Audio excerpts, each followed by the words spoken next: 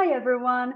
Today I'm going to share a fabulous interview with Shirley Weir from the Women Reinventing Midlife Summit last year. We talk about the topic of menopause and some of the symptoms that specifically affect our intimate life among other aspects of our life and what to do about it.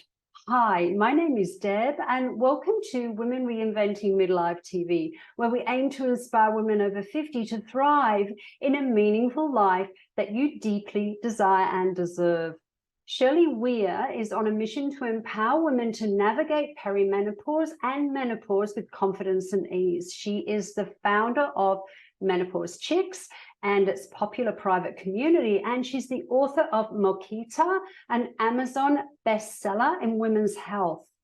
In this conversation today, we talk about the different stages of menopause, what signals each stage, and what happens to our hormones during that phase.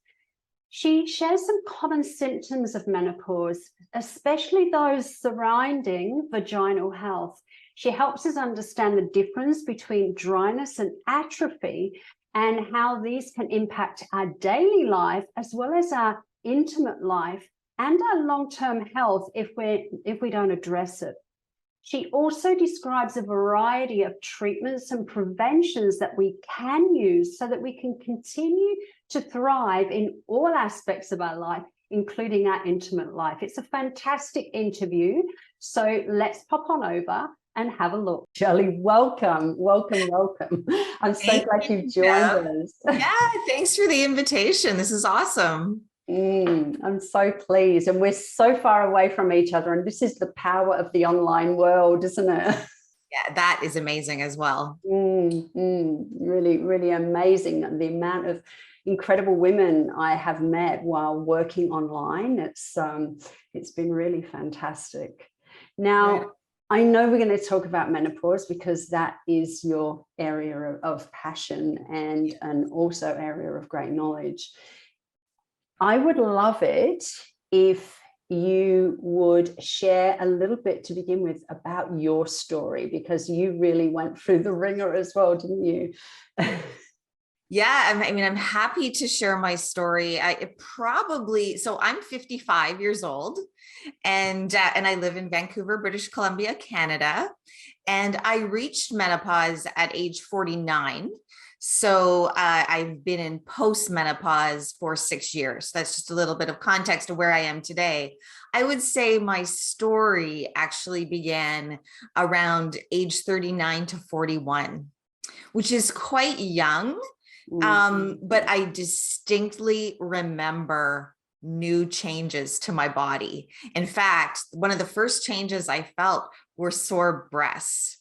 And I thought, oh, am I pregnant? Like, no, there's no way I can be pregnant. This is weird. What's happening? Blah, blah, blah. And then it went away. And of course, very busy time of our lives, raising a family, working, running a business, all those fun sorts of things. A couple of years later, I'm going to say slammed with PMS for the first time. Wow. Sleep deprivation, waking up at 3 o'clock in the morning, brain fog, which is really scary when you're like an entrepreneur and running your own business and your aging mother, as in my case, my mother was living with us and she was showing signs of dementia. And I was like, is this what's happening to me? Because I didn't know. The bottom line is I really didn't know what was happening to myself. And so I did what every other smart, savvy woman would do. I went to Dr. Google, and, that was not a good experience because I was, met with lots of confusing and conflicting information and lots of ads for how to lose my belly fat. And it just propelled me into this space of, this isn't right.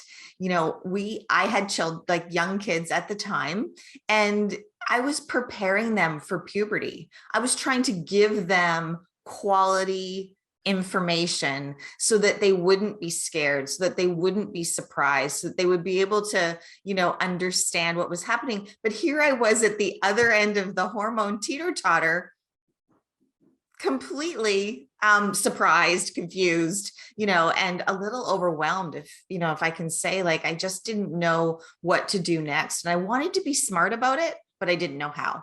That was really early, wasn't it? What was that, 49 when it really slammed you? Well, no, 49 was when I reached menopause. So I'll do some Okay. definitions. So perimenopause is the phase of life. It's a transition between our reproductive years and menopause. And P-E-R-I, means around. So it means your hormones start to fluctuate. Your periods might get shorter, they might get longer, they might get lighter. A lot of women experience heavier periods, and that's like changes to that almost every woman will experience in perimenopause. But you can still get pregnant, you still are getting a period, you know, you're not there yet. And then after you go 12 months without a period, you reach menopause. So I was 49. Perimenopause is different for everyone. And one of the things that I really like to underscore is that it's not a synonym for suffering.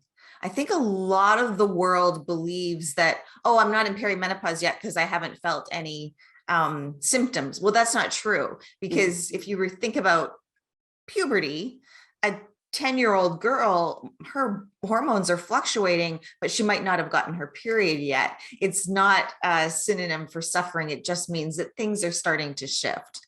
And then after menopause, every day for the rest of our lives is postmenopause.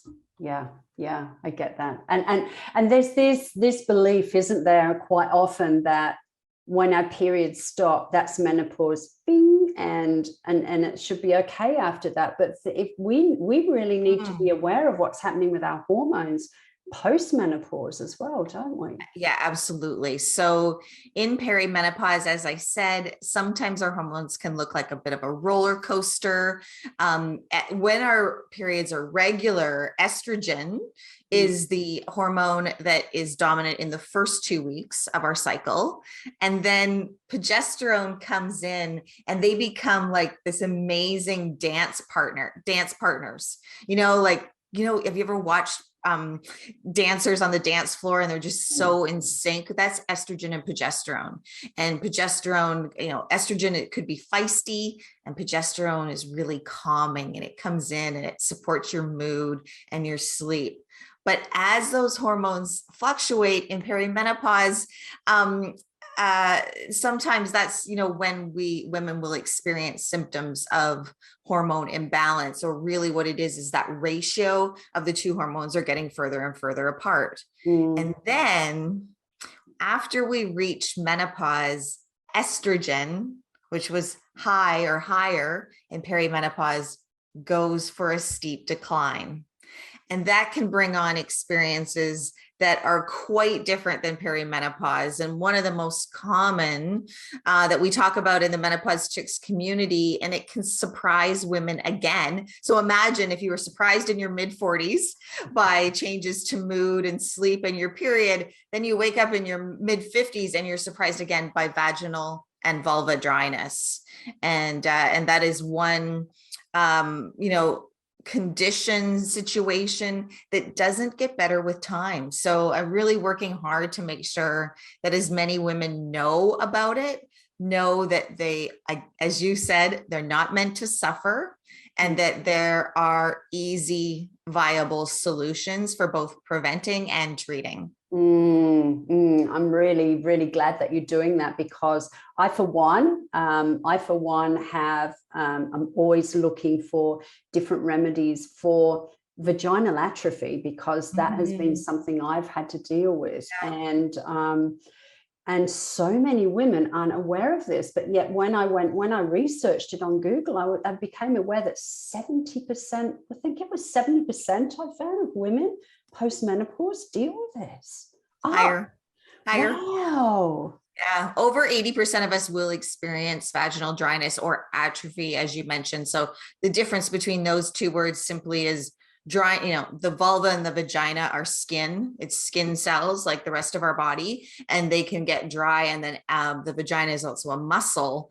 And when a muscle atrophies, it gets smaller, so it can shrink in size. And that can lead to discomfort for women sitting, moving, going to yoga, their ability to enjoy penetrative sex. It's something that can really affect us over our overall well-being. So that's why it's so important to prevent and or treat. Yeah, I can imagine that it would affect all those things. I know for me, my attention first came to it because of sex, because of the painful sex. But Common. I can imagine that it would affect all those things, especially the dry vagina, because of clothes rubbing against it, and it would be really painful, I would imagine. Yeah, and I'm really glad that you're mentioning that, because so many, when I bring up the topic, and when it's a brand new topic that you don't know anything about, I think there's a tendency to think, oh, I'm not in a relationship right now, so that doesn't apply to me or whatever. Don't exclude yourself. This conversation is really important because we want you to be able to wear the jeans or the clothes that you're most comfortable in, but there are health risks as well. So it's about comfort, sexual and otherwise. And it's about protecting the urethra and taking care of your bladder health, because as we lose that estrogen, the urethra can get smaller as well. And then women become more susceptible to UTIs, urinary tract infections. And we just need to prioritize the pelvic floor overall, because, we want to avoid UTIs. We also want to avoid incontinence and pelvic organ prolapse, which is where our organs can descend. And that can be very uncomfortable as well. So, yeah. Of course, because of the muscles. If your muscle is getting smaller, then it doesn't have the ability to hold as much weight, which is muscles that hold all the organs up there. Yeah. True. Yeah. Of course. So it's so much more than just a dry vagina. I won't say just, because it can be painful, but I know so much more than that if we don't address it. It's a big topic, isn't it? Yeah, absolutely. So, okay. So it's not something you have to think, I'm not in a relationship, then I don't need to worry about it, because if we don't address it, it gets worse. Yeah, exactly. It just won't get better with time. And that was kind of the soundbite that really landed for me, and motivated me personally to be like, I don't want to ever experience that. So I'm going to learn what I can do to prevent it. But I had the privilege actually of learning about this topic because members of my community were asking for other solutions. You brought up the percentage of women who experience this. I'm going to throw another statistic at you, and it's quite overwhelming. And that is, of the 80% of women who are experiencing vaginal dryness, less than 4% of women currently have a treatment that's working for them. Oh my gosh. So we have this huge gap in our society of women who are potentially suffering in silence. And they may also, like, you might be watching this right now and thinking, oh, you're the only one. Like, you're the only one in the world that's ever had this. So, you hide and you don't talk about it. And I want to invite you to talk about it. It's common. And I also want to teach you, if I can, give you a couple of tips on how to prevent and treat.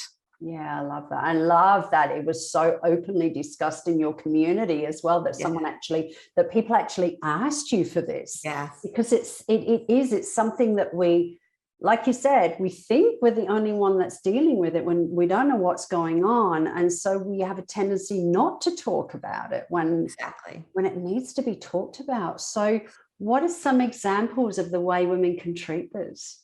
Yeah, absolutely. So you can prevent vaginal dryness by engaging in sexual activity, actually, as long as you're not experiencing pain and discomfort. And what that does, so lots of sexual activity with or without a partner, and orgasms sends energy to our pelvic floor. And that helps to keep natural moisture producing on a regular basis.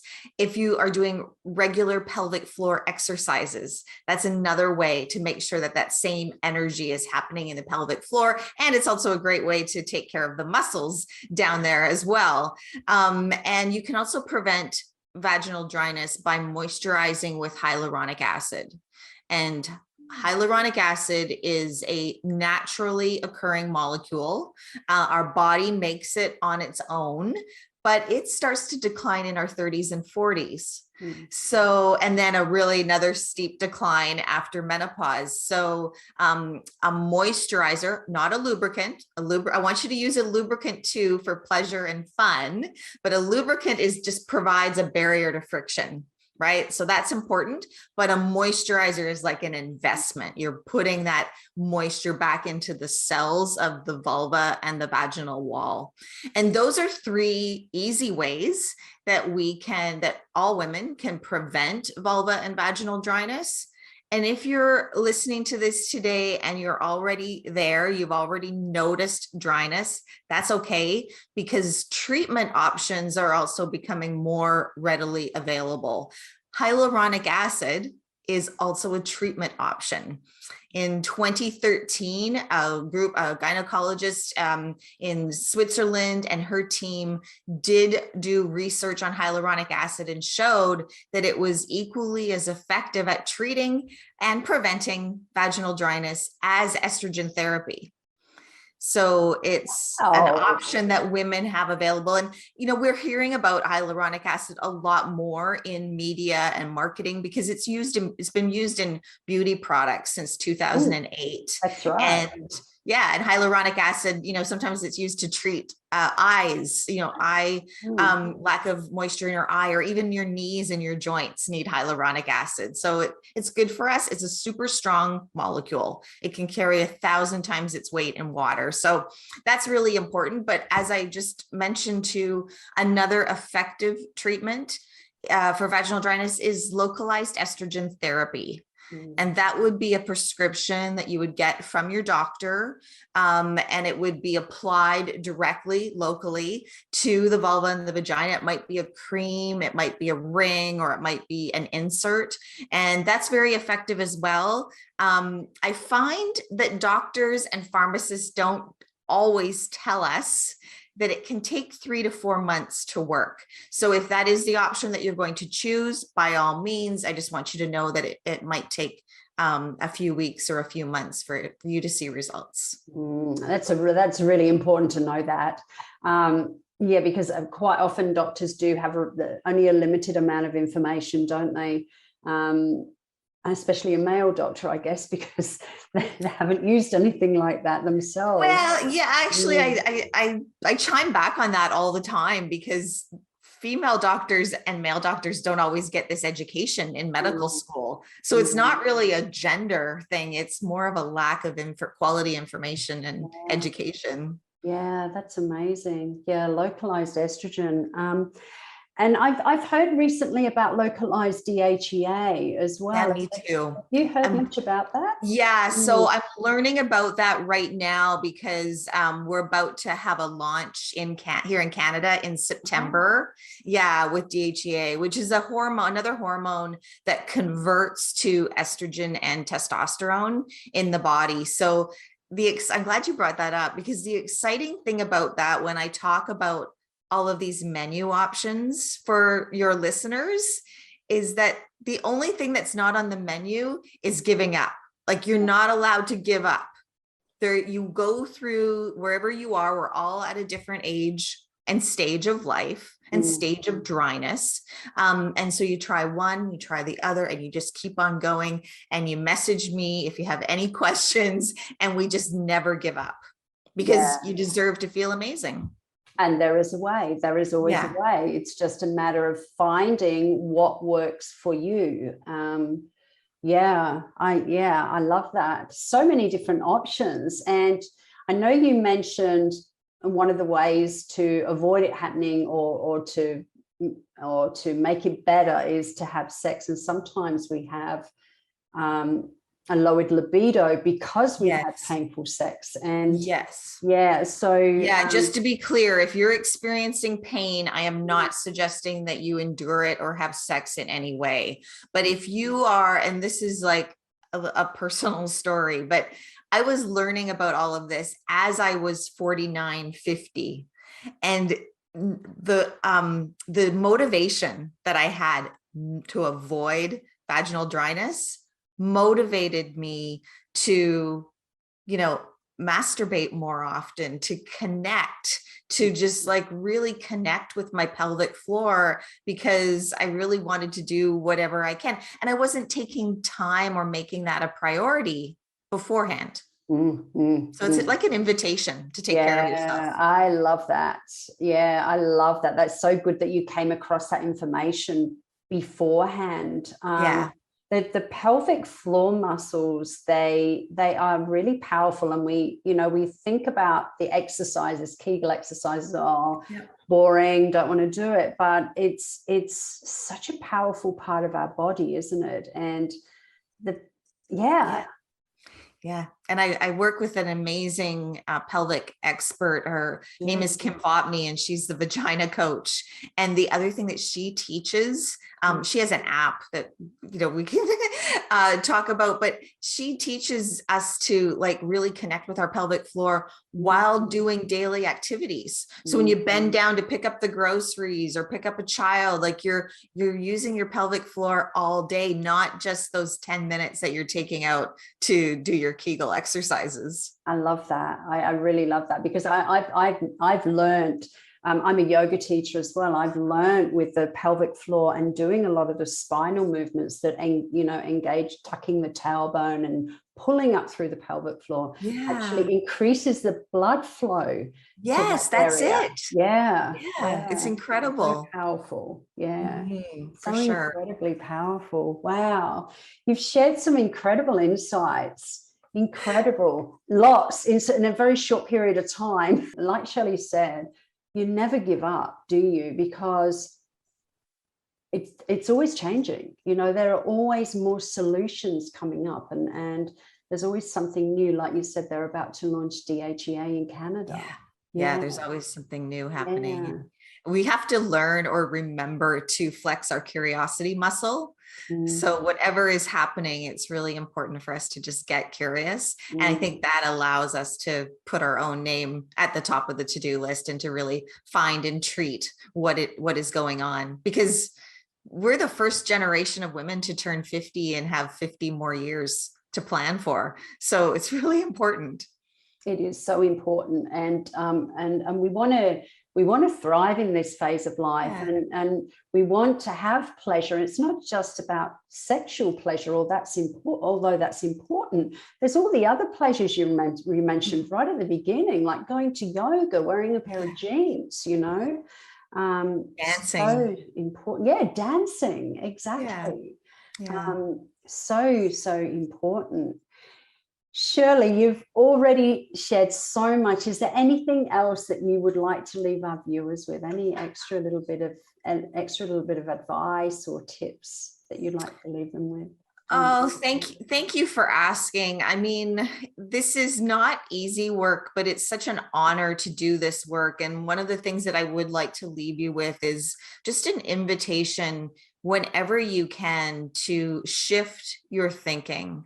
And that might require that you first even check in on how you do think about menopause, because if it conjures up a series of negative words, you might have to take some time right now to reframe that thinking in order to plan for your next 3 to 5 decades. And that's really important. It's what I did. I grew up thinking, hot, old, tired, moody, fat. Those were the words that magazines had taught me to how to prepare for this life phase. And I've shifted to, isn't this a beautiful time? Isn't this a window of opportunity? Don't I feel smart? I'm the smartest I've ever been in my life.